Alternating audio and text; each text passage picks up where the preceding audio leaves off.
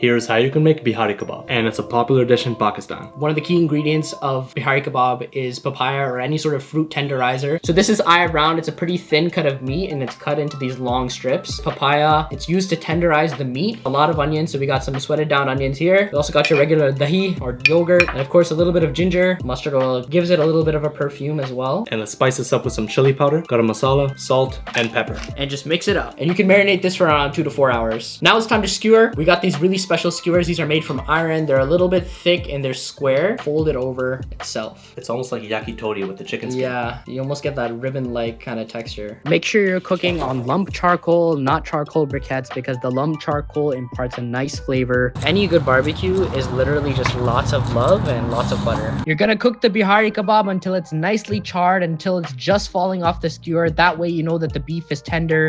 Oh, that's tender.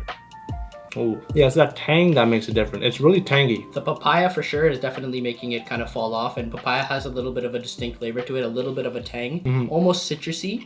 If you had to rate this out of 10, what would you say? Listen, man, I'm Bihari. I have to show my Bihari people a good score. I'm gonna give it a 10 out of 10. Ooh, I don't know if it's better than Sikh kebabs.